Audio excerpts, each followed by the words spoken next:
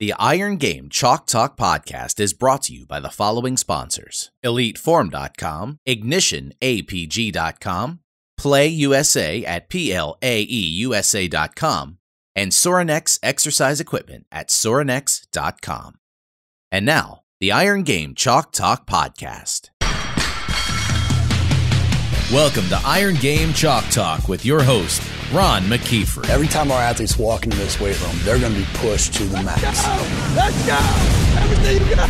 On this podcast, hear Coach McKeefery straight talk about training, featuring the top strength and conditioning professionals from around the world.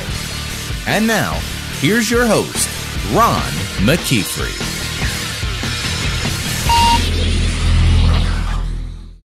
Hey guys, welcome back to Iron Game Chalk Talk. I'm your host, Ron McKeefery, and this is episode number 87. Iron Game Chalk Talk is a weekly podcast where I bring you experts in the field to talk shop. If you haven't already done so, please subscribe to us on iTunes or YouTube, or join the mailing list at ronmckeefery.com to stay up to date with the latest guests and anything else that we have going on. This week, excited to have Dan Trink with us. Dan is the author of High Intensity 300. I'd received that book and reviewed it and thought he did a great job. He's the director of training operations at Peak Performance in New York City, contributes to several magazines, including being on the advisory board for Men's Fitness, trains professional athletes. He's trained Matthew Macklin, as well as a boxer. He's trained Roy Hibbert, an NBA All-Star, amongst others, and does a fantastic job. And so I wanted to have him on the show to share just a lot of great information. You know, we talk a little bit about his motivation to write the book. We talk about how he evaluates a new client, some of the common issues he sees across the board, whether or not you're Susie Homemaker or you're the NBA All-Star. And, you know, we just get into a lot of little things that are common issues across the board. So I know you're going to enjoy this episode. Before you do, we want to make sure we recognize our sponsors: Elite Form, Sorinex, Play, and of course Ignition APG. Ignition APG is a sports performance company based in Cincinnati, Ohio, and just a company that does it the right way. We were just at the NSCA conference a couple weeks ago, and Cliff and the gang set up a booth for the first time, and they're really committed to giving back to the strength coach community, but more importantly, the communities in which their athletes are involved in. And so they have several products that we would be interested in. They have a great protein powder. Their parent company is a pharmaceutical company, so it's purity. It's a great product for athletes. They have a speed certification that is fantastic. And then obviously their training business and apps and things along those lines. So I'd encourage you to check out IgnitionAPG.com. Follow them on Facebook or Twitter. Always putting out great stuff. Always putting out some fantastic stories of their athletes. Complete journeys, spirit, body, and mind. And you know, that's what we're all about here at Iron Game Chalk Talk, and want to encourage each and everybody to use their platforms for good, you know, not just with their athletes in those four walls of the weight room, but outside as well. So can't say enough about Ignition. Make sure you check them out. Also, Strength Coach Basic Training, you know, at the convention, had a lot of young strength coaches give a presentation on resume building and have received a ton of emails and wanting to review resumes and things along those lines. And this is something, Strength Coach Basic Training, I created probably 10 years ago, and you know, contributed and changed and modified and all those things. But really, it's the 8 lectures that I give our interns, and it's an instant community where we're able to work together to talk about the different journey, the parts of the journey to get a job in this profession. And so, you know, for everything here where just having somebody go through building a strength and conditioning cover letter, resume, references, and so they have the video, the lecture that they watch, they take the lessons and they use their old cover letter and post those, and their new cover letter, post it. and then turn around and get feedback from all these coaches that are in the community at the same point in their own journey. And so go to strengthcoachbasictraining.com, sign up, and then we'll put you in the private Facebook group, and we'll go right at it. And it's a really look. There's 153 people in there right now, so you go from being a coach of one to now 153 other people to network with and talk to and ask questions to, and so really a cool thing. So want to get to Dan. Know you're going to enjoy this episode. Sit back, and we'll see you on the other side. All right, guys, welcome back to Iron Game Chalk Talk. Real excited to have Dan Trink with us. Finally able to get him on the show. Read his book recently. Wanted to get him on the show and have a great conversation, good Chalk Talk session. So, Dan, I appreciate you doing this, man. Oh, thanks, man. It's an honor. I appreciate you having me on. Dan, you have an interesting story, man. Can you go into kind of how you got into strength and conditioning, and then kind of, the process, all the places you've been and where you're at currently? Yeah, sure. I'd be happy to. So I actually started fairly athletic kid.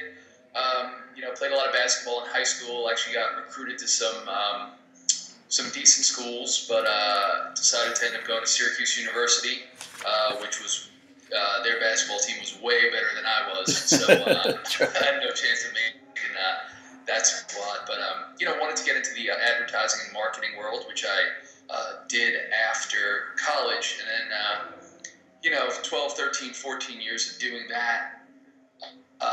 And kind of falling out of any kind of fitness regime, late nights, dinners with clients. I found myself kind of really out of shape in my late 20s. And I was getting married, and I kind of didn't want to go into my wedding looking 50 pounds overweight, which is about what I was. So I just started training on my own. The internet was just starting out back then, so there wasn't a ton of information. So I just did what I thought was right, which was mostly cardio and just rotating through machines and trying to change my diet and, cut out orange juice in the morning or whatever. It was like very basic things, but, your late 20s, you can get away with almost anything. So it worked. I lost about 50 pounds in 5 months. And I kind of realized at the end of it, looking at some honeymoon photos on the beach, that I had lost weight, but I still didn't look or feel the way that I wanted to. So that really started me on my journey of reading kind of the best strength coaches out there, the best nutritionists out there, becoming almost obsessive with it, and building the body and fitness level for myself that I wanted. And of course, being in a corporate setting, people took big time notice of that. Sure. A lot of people were really proud of it and wanted advice. A lot of people thought it was strange that I was drinking a protein shake at 11 o'clock in the morning. Thought I was like crazy. But a bunch of people asked me for advice, and I started, moonlighting, training some people and looking at their food logs on the side, and it just spiraled into a thing where it became so kind of consuming, and it became kind of what I spent all my free time doing was, reading and researching these people, spending my time in the gym, talking to other guys who were stronger than me, who were performing better than me, seeing what they were doing, and just spiraling it into a career, into the point where I decided, I'd rather help people, really help people build something that they want rather than trying to sell them things they didn't need. Sure. Which is what I felt like I was doing. So I took the leap and just started just training pretty much just people around New York City, in apartment gyms, in their homes, wherever I could. And then I found, actually looking at a course, because I always thought, continuing education and just continuing to get smarter was really important. It led me to this gym called Peak Performance, which is where I'm at now. And I actually started as an intern here. And I was like, hey, listen, I've been in the corporate world. I know that I'm not qualified to work at a sports performance facility right now because I just don't have that background. But can I just come in, shadow you guys? You want me to, sweep the floors to kind of pay for that or whatever? I'll do whatever it takes. Right. And Joe, the owner here, was nice enough to kind of take me under his wing. I just continued to build my education. Got my CSCS, studied for that. And, just spiraled it into picking up some clients here, building that up. few years when the director of training left here, given my dedication to the gym as well as my kind of experience in the corporate world, the owners here asked me if I would come on as the director of training operations here. So I took on that role almost 4 years ago, and I've been working fairly diligently with a kind of a full roster of mostly everyday people, and trying to train them in an athletic style, which is kind of the culture of the facility that I'm at. Sure. As well as working with some athletes, some celebrities, some model types, but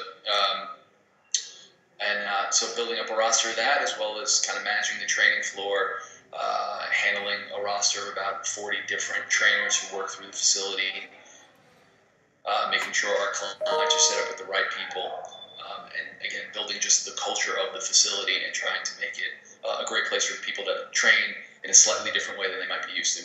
Yeah, that's fantastic. It's again, it doesn't matter, who I bring on this show. It sounds like the journey's kind of the same, man. You got a passion. You dive into that passion head first. You start at the ground level and you work your way up to having great success. And part of that is getting your book out. You just got a new book, awesome book. Did a good job with that. And talk a little bit about kind of your motivation to write that book. Obviously, you want to get your name out there, things like that. But that's for guys that do that, put out podcasts, write books, speak around the country, things along those lines. It's never about the person. It's always about trying to meet a need. And so, what was the motivation to write the book? And kind of tell us a little bit about it. Yeah, sure. Well, it was really a collaboration between myself and Human Kinetics, who's the publishing company. So, I want to make sure that they get credit for that. Sure. Because it really wasn't just my idea. I feel like it was our idea. And they kind of wanted a book that kind of spoke to the current trends of high-intensity training, lots of variation, which people like, but with a limited time frame. So people can get a big training effect in a short amount of time, because the number one barrier to training right now for most people is time. Whether that be general population people who have jobs, moms who have kids, or athletes who are in season who only have maybe a couple hours a week in the weight room. So everybody wants big results in a short amount of time. And there was definitely a trend towards that. I think you see that a lot in high-intensity fitness studios, CrossFit gyms. It's definitely a big thing. So I liked that idea. I was slightly hesitant because I'm not a huge variety guy. I feel like, I know 7-8 movements that are kind of the backbone of everything. Right. And I try to stick to those with maybe some little variations here or there. So through a whole series of compromises, what ended up being the book was 300 different workouts, mostly based on the foundational movements. Every workout has dynamic warm up in it, which I thought was important, and takes you through different strength blocks. So working on different strength quality through periodization, as opposed to just random variety that's thrown at you. So there's 2 or 3 months where you're working on maximal relative strength, and then there's 3 or 4 months where you're working on hypertrophy.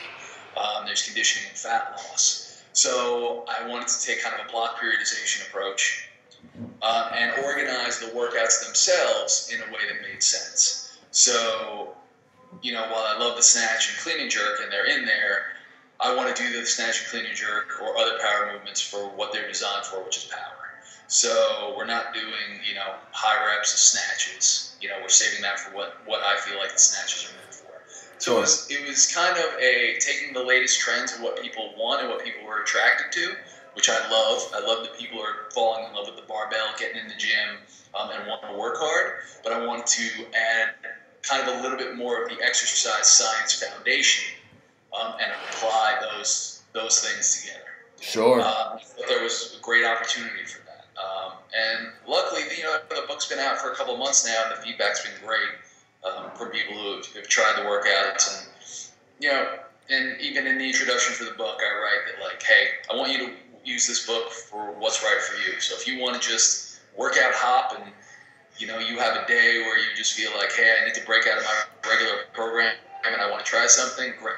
If you want to follow it from workout 1 to workout 300, fantastic. If you are just interested in fat loss and want to jump to that chapter, you use it as it works best for you. So those were my goals going in, and 2.5 short years later, what you just held in front of you is where we ended up.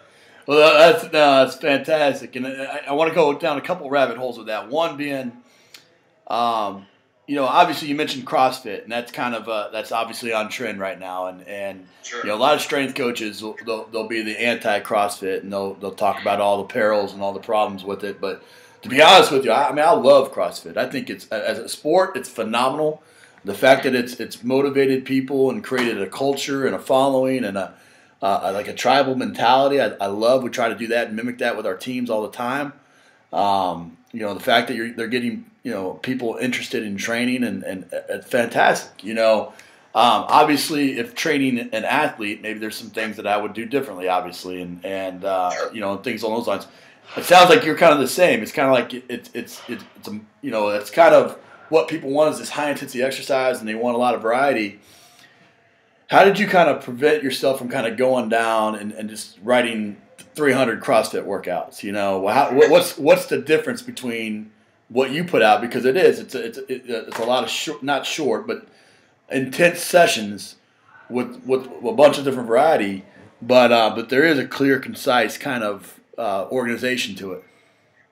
Yeah, well, I think I'm with you. I think CrossFit or any strength modality can have its problems, but I'm choosing to look a little bit more on the positive side. And absolutely, I'm with you. I think it's basically brought an environment to people who would not normally be able to be in there. Sure. And as well as I do that in the weight room when the team is training together, that's kind of the ultimate situation. People pushing each other, people motivating each other. You're definitely going to work harder in front of your peers than you might on your own. And I think CrossFit's done a great job of that. No doubt. I think what I kind of did differently, in addition to kind of a little bit more of a periodized approach, a classic periodization approach, is I defined intensity in more than one way. So rather than just have intensity of effort, which is what most people think from high intensity training, which is certainly an aspect of the book in certain chapters and in certain places. I also use intensity of load as a way of describing intensity. So, you might do, doubles of the front squat for 20 minutes, which is not necessarily like your heart's going to explode out of your chest, go, but it's certainly a type of intensity and will get you training effect for sure. And also what I call and kind of made up intent, more working on muscular fatigue and things that promote mass. So I think when most people think of CrossFit or even think of high intensity training at all, it's all about heart rate and metabolic effect. And I just kind of expanded those parameters to allow me to train multiple strength qualities and still use the term intensity in a way that makes sense. Makes sense. The other thing I wanted to talk on is I'm a firm believer that everybody kind of has a book in them, and obviously this was a passion year. You spent 2 years of your life doing it, but I'm always impressed and I find a challenge for myself to sit down and actually write that book. The process of writing that book. As a strength coach, somebody that's in the gym probably 12, 14 hours a day. How did you kind of lay out and hold yourself accountable to that writing process? And were there certain tactics that you used that kind of forced you to meet certain standards? Okay, sure. Well, I'll start off by saying that writing a book is brutal. It's really a very hard thing. So I agree with you. I think everybody's got a book in them, and I think if you have an idea for it, you should not let anybody stop you. And it's up to you to hold yourself accountable and make it happen. So, at least have the right expectations. I basically, because of the nature of the book, I just chopped it up into pieces. So once I came up with the basic outline of what I wanted to do, I just made sure I spent 1 to 2 hours a day and scheduled that time to make sure it happened. And there were plenty of Sunday mornings when I was in the basement of Starbucks trying to make this happen away from my family. But those are the sacrifices that you make in order to get things out. I think way too often, whether it's a book or, and I know, like you mentioned, a lot of young strength coaches are part of your audience, and a lot of young people who just want to get into fitness focus on the barriers. And of course, there's always barriers to something, but it's really up to you to make it happen. So, be your own best advocate, and be the guy that does it. Right. Even when it comes to people developing their own voice or their own blogs or, even smaller things, everybody's like, well, I don't know if I have anything to say, or I don't know if anybody will read this. And, you can't be your own worst enemy. So I would say you just got to jump in and do it. But when it comes to books, just have the expectation that it's going to be a long road with a lot of compromises. It's going to be brutal. You certainly should not do it with any intention of financial gain, because it will not happen. Right. It's a very rare person that actually makes a good living off of writing a book. So you just have to do it because you have something to say that you think is valuable, and you're willing to share anything will help people. No, I agree. It's been something that, and the reason why I asked the question is because, there's 2 books in my head that I've been working on, but, with that 12 to 14 hour day every day, and all the things that got going on, it's been hard for me to hold myself accountable to that. It really has. Yeah. But no, I appreciate you sharing that. Let's get back to training a little bit here. When you have a new client, you've worked with some great ones, like you said, you mentioned pro athletes, you've had pro boxers and pro NBA players and models and to the housewife, right? When they walk into the gym, does the evaluation process, does the starting point, is it the same for everybody? Or, what is that evaluation process so that you can determine the direction you're going to go with your athletes? Sure. Well, clients. It's really meeting the person where they are, assessing their goals. So there's a few things that everybody gets. So there's always a conversation and a health and lifestyle questionnaire. So you get a basic idea of what it is they're looking to accomplish. And in face-to-face conversations, a lot of things that don't get written down come out. So, that's a skill set in itself, being able to read people and really see more than, what they're supposed to say their goals are or what they think it is, really getting to the heart of what it is that they're looking to accomplish. Now, based on that, based on their kind of exercise history or what their goals are, that determines the evaluation process. We have something that's kind of standard, but more often than not, I'm trying to customize and tailor to what the person's needs are. So if they're a housewife that is kind of never stepped in the gym before, is looking to lose 30 pounds that they've put on since they've had their kids, and now finally has a little time to dedicate to themselves, body composition analysis, maybe basic FMS screening, that's about all that person might need. And I don't want to overload them with more than that, because, coming into the gym is, we have a passion for it. The people who are watching this have a passion for it. But you can lose sight that a very young athlete or a regular person, the gym can be an intimidating, scary place. No doubt. So try to make it as simple as possible. The high-level athlete with an NBA guy who's trying to go, he's in a contract year, or he's trying to, make the all-star team, or a boxer or MMA guy who's, trying to get a title shot. It's a little bit different because, with those people, they might be 99% of the way there already, and they're trying to gain a 1% advantage on their opponent. So then we'll break out all the stops, all those other things, FMS, body composition testing, sure. But things like VO2 max testing, SFMA, I have a few assessment specialists here who have different skill sets than I do, and I'll collaborate with them. And I think that's a huge thing to put yourself in an environment where people have skill sets that maybe you don't have that you and your client can benefit from. Right. So we have people who, work with the PRI, the Postural Restoration Institute, very closely. Yep. People who have physical therapy backgrounds, so have access to that. So assessment of injuries, if that's where the client or the athlete, that's what their history shows, and how we can build around that. So, it can be anything from a conversation of goals and writing down one or two things that are reasonable for that client, to a full battery of testing movement capacity, body composition, cardiovascular capacity, basic strength levels. And I would say basic strength levels in this setting kind of happens for everyone. Right. The first one or two sessions, you're kind of really seeing where the client is at, whether that's just basically how they can move unilaterally and if they have huge structural imbalances, or, if it's a real strength athlete, testing what their one repetition max might be in certain lifts. So I would say it's a fluid process, but not one without thought process or one without history and consideration. No, yeah, absolutely. What with that wide range of clientele, is there something common issue that you see across the board? Doesn't matter if it's the housewife or the NBA All-Star. Is there something that they're all walking in with? Is it mental, physical?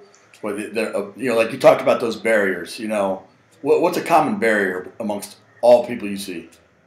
I think the common variable about all people that I see in the gym is that they want to feel empowered when they're in the gym. So no one, while, I have some power lifters that I work with, and obviously going to 1RM and occasionally to failure might happen. But most people don't want to feel like they're not capable of doing what it is that you're giving them. So it's a real push-pull of testing their limits and getting them to a place where they might be uncomfortable and gaining a training effect. But you never want someone walking out of here being like, the gym got the better of me. Sure. Right? People are coming in here to get better either from a personal standpoint, a strength standpoint, mental standpoint, athletic standpoint. And I feel like it's our job to deliver that. I always tell people, and we talked about quotes a little bit earlier, and one of my favorite that I tell people is, the strength you build in here will help you outside of here. So if you can accomplish things in the gym, you will find that you can more easily accomplish things outside of your life, whether that's your job, whether that's your relationships, whether that's your sport. I really, truly believe that. And I've seen it happen. I've had clients who maybe work in a corporation that's going through a lot of layoffs, and somehow during that time they end up with a promotion. Yeah. And I don't think that the fact that they spend this much time getting mentally and physically tough is separate from that accomplishment. So I would say that's the one universal. Everybody wants this to benefit them. Everybody wants to walk away from this feeling like I'm a little bit better than when I walked in the door. No, it's fantastic. And it's applicable across all platforms, whether you're a performance coach, strength coach, personal trainer. I totally agree with you. So, Dale, we try to finish these episodes with some resources here. So, give us the best piece of coaching advice you've ever received. I think the best piece of coaching advice I've received, as far as being a coach to other people, is to meet clients where they are. There's no point in talking to a new 14-year-old kid about going for a 600-pound deadlift. I mean, he doesn't even know what that means. Right. But I feel like some people just kind of throw around big numbers or big ideas or big results just as a way of marketing themselves. And I think that's the greatest way to build distrust with people. Sure. And building trust with your clientele is everything. That's what's going to help them get results. That's what's going to allow you to push them in the gym and do things or ask them to do things that they don't necessarily even think that they can do. So figure out where the client is, and just push them along slowly and surely. And I think that's a huge thing. It's a business where, particularly on the personal training side or in the general population side, where we make big claims and big promises. That's the marketing of the business. And I ask individuals and people who are really dedicated to it to be better than that. People should have realistic expectations, but this is, a marathon and not a sprint. And it's your job to help guide them there and give them reasonable tasks and realistic things to do to help them get where they want to go. Absolutely. Couldn't agree more. You gave us a quote earlier, but you got any other good quotes you got there that you live by or that are plastered up in the weight room there? It's hard. I don't necessarily do. I see a bunch of them. A lot of people put these internet memes out, and they're all motivating and stuff like that. Right.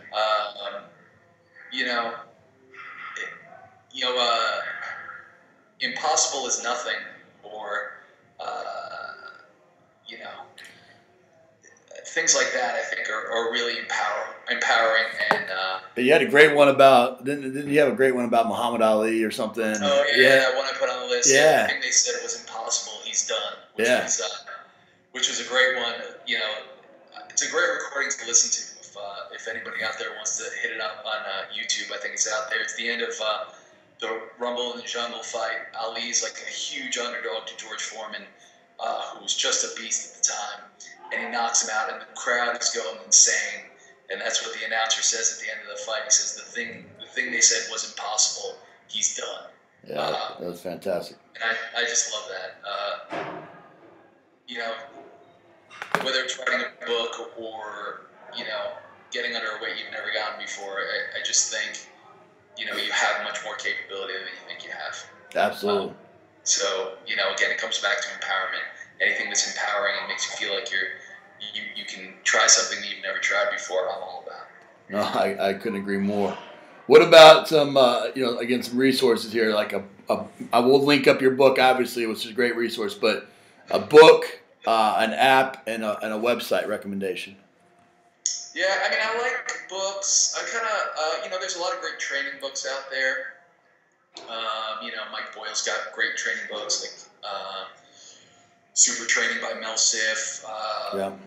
Even the Essentials of Strength and Conditioning, which I think for your population is like a great place to start. I think it's one of the great textbooks out there, and is the NSCA's textbook for the CSCS exam.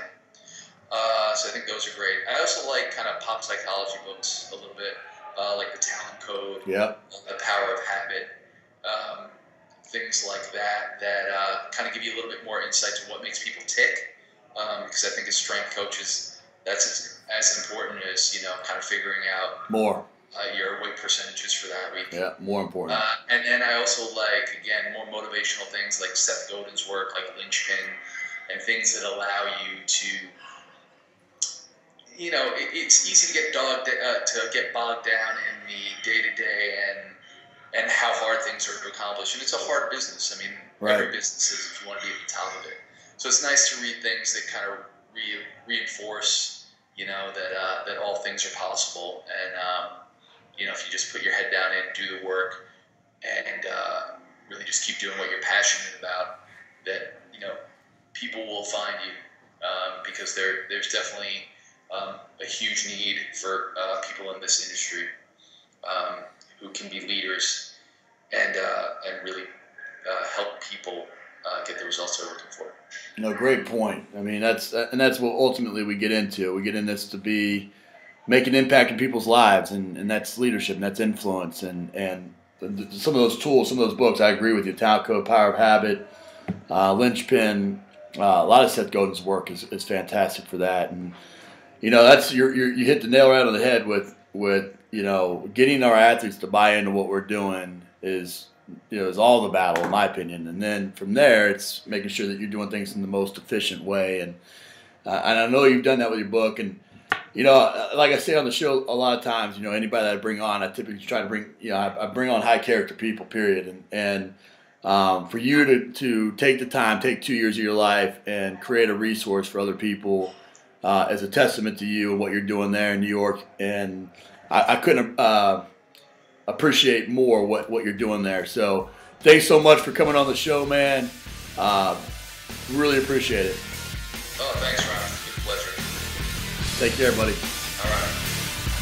That's it for this episode of Iron Game Chalk Talk. Thanks to this week's guest as well as our sponsors for bringing this episode to you for free. Make sure to check out ronmckeefery.com where you can join our mailing list, find the show notes, including all the links and resources mentioned, and information about Coach McKeefery's other products. While you are there, please join Coach McKeefery in the comments section thanking our guest for sharing.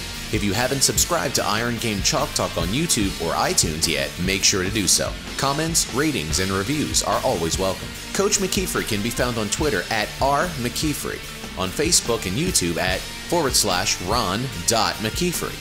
That's it for this week. Be sure to check back next week for another great episode of Iron Game Chalk Talk.